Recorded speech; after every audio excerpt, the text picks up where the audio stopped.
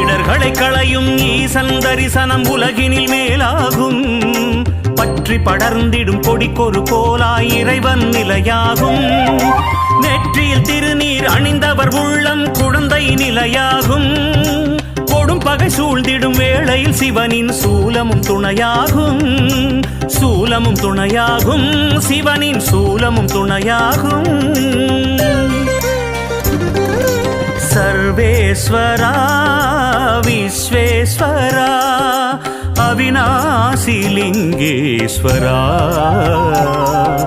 திருமூர்த்தி மலை வாழும் லிங்கேஸ்வரா அமனலிங்கேஸ்வரா சர்வேஸ்வரா விஸ்வேஸ்வரா